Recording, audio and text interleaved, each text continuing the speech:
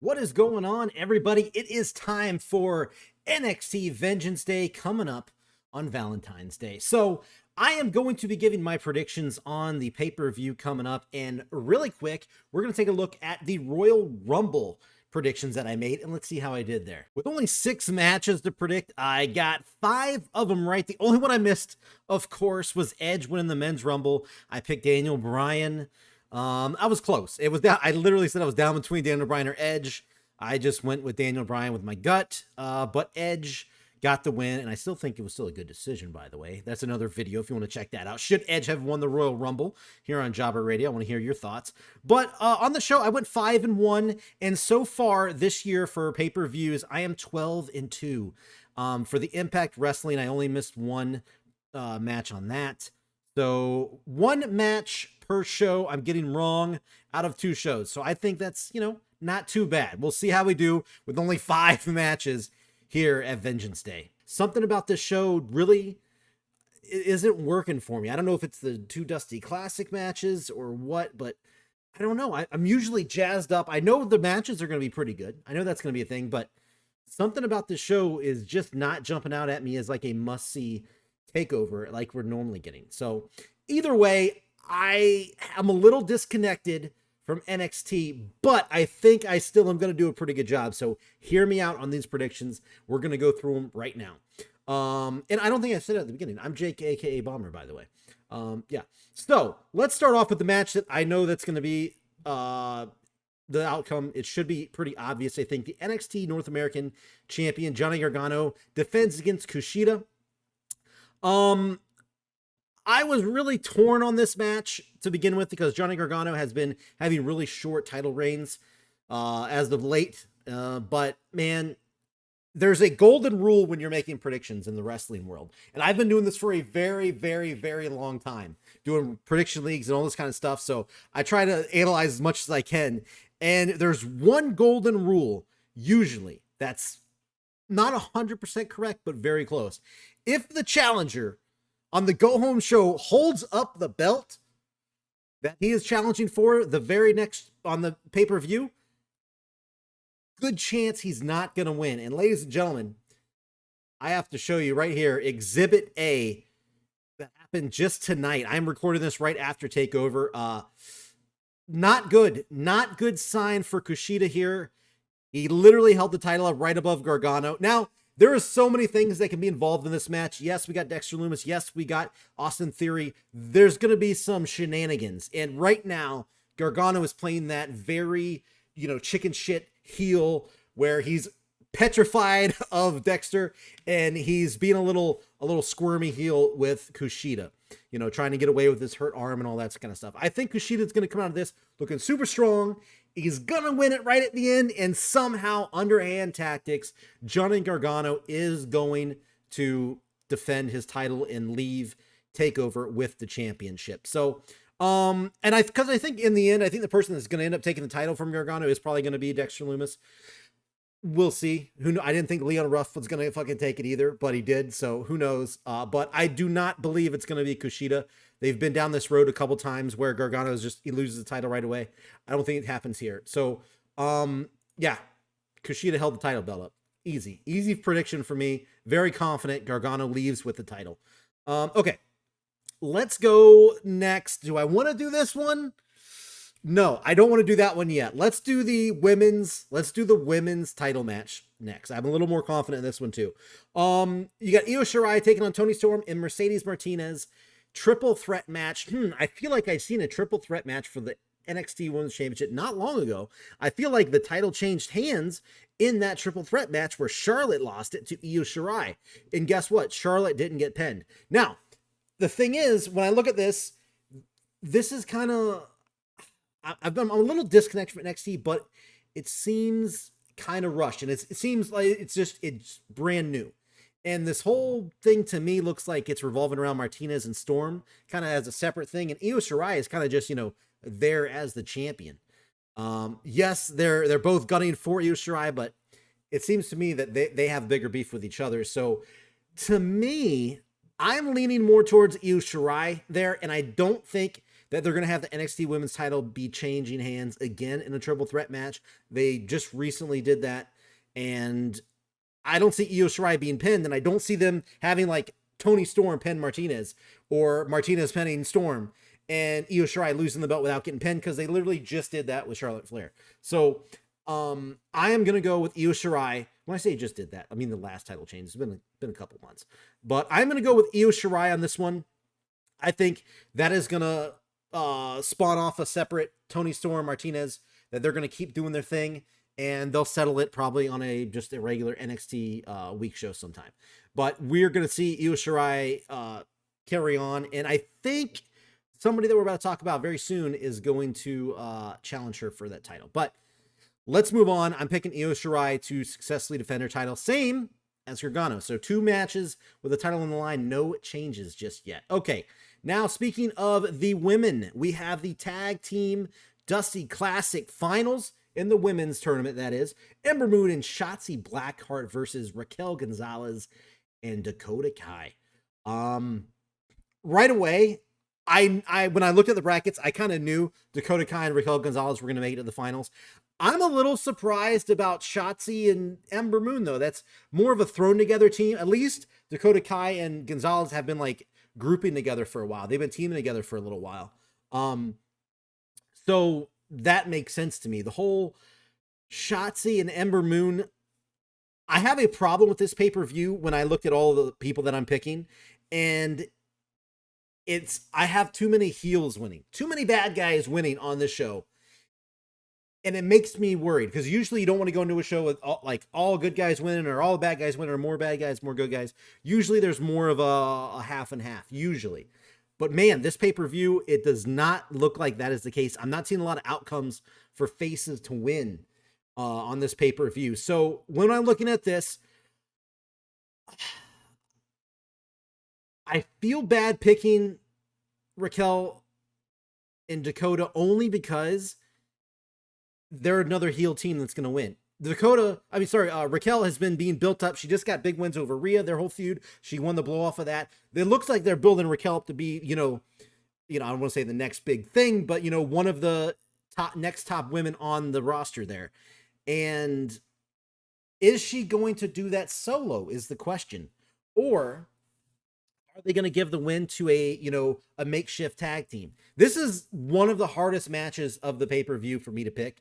I would say, what, this might be the hardest for me to predict. Man, I actually I cut the recording because I sat here not knowing who to say. And this is a very tough matchup. My gut is screaming Raquel Gonzalez and Dakota Kai, but something is also telling me back in the brain back here, something is telling me the faces are going to win this one.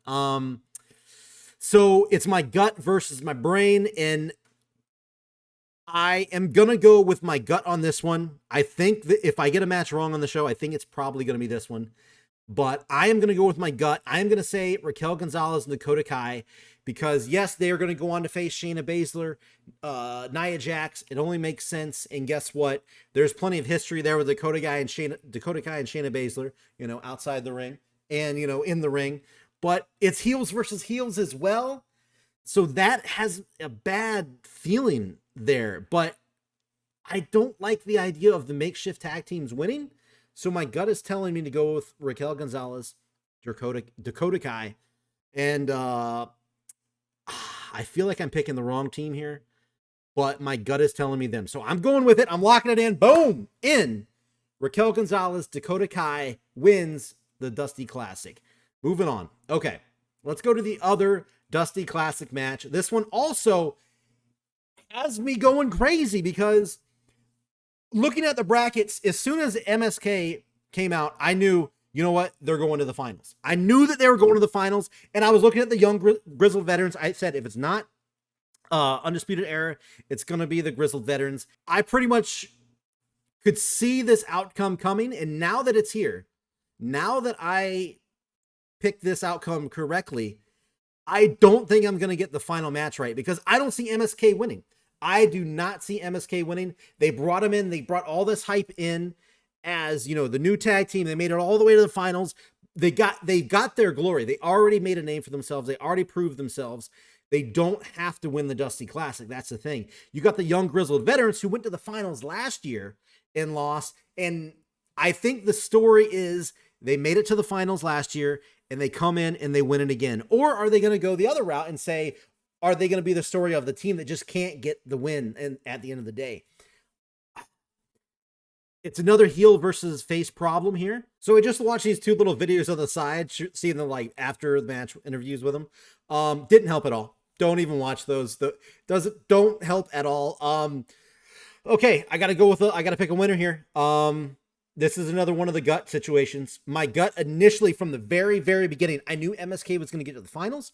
I knew young Grizzled veterans had a very good shot at the finals, but I never saw MSK winning the tournament. So I am gonna go. I'm locking it in. Young Grizzled veterans, or the Grizzled young veterans. I've probably been calling the wrong thing the whole time, haven't I? But I was looking at the former winners of all of the Dusty Cup winners, and a lot of them were makeshift tag teams besides Authors of Pain, and I guess if you want to throw Adam Cole and Kyle O'Reilly, but I mean that's still it's Bobby Fish and Kyle O'Reilly. So either way,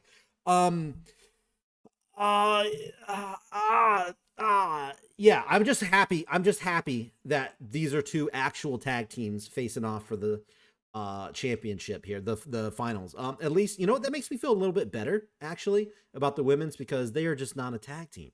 And they're close enough. So either way, I'm locking it in. Grizzled young veterans to win the match at TakeOver Vengeance Day. There you go. Okay, now getting on to the main event. It is the one and only Finn Balor, the NXT champion, taking on Pete Dunne. They clash for the NXT title. I love Pete Dunne. I think he's awesome. I've been a big fan of his.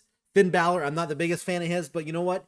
At the end of the day, that's not what this is about. Finn Balor's probably doing his best work in WWE period right now. But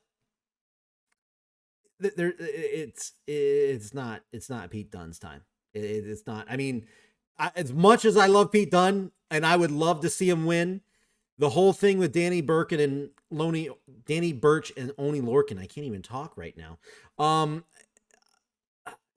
I just don't see it. As much as I want it, they just don't seem like Pete Dunne doesn't seem like the guy that's, going to come out each week and be the champion of the company. He doesn't have it right now. I'm not saying he's not going to, but I don't think he has it right now. Finn Balor is the dude to carry the torch right now. He's got it written all over him. There's plenty more scenarios that they can come through. And I think we're going to finally get up to Karrion Kross coming back and getting a shot back at his title and probably taking it back where he should never even lost it. Finn Balor shouldn't technically even be champion right now because Karrion Kross was, I assume, never supposed to drop the title the very next week. So I think he's had a really good run, and I think he's going to hold it a little bit further till maybe Karrion Kross comes back and takes it from him. Pete Dunne, love you, buddy. Not your time though. Not your time, man. I'm pretty confident in this one as opposed to the other ones. So if you're keeping score at home, that means out of the 5 matches, the 3 title matches, I don't see any of them changing hands. That could happen. I think that happened at the Royal Rumble. No, the tag team titles changed hands. The women's tag team titles changed hands. So, either way, I'm excited for the pay-per-view. I think it's going to be pretty decent. I'm happy that it's on a Sunday because I work on Saturday night. I'm hoping that I get more excited as we get closer to it because, yes, it's a pay-per-view. I haven't really got to watch NXT pay-per-view in a while, so I'm hoping we get there. The last thing I do want to mention is, dude, what is up with this in-your-face promotion? Like, in-your-face, we got this right here with the graphic behind him. We got the standoff with the graphic behind him.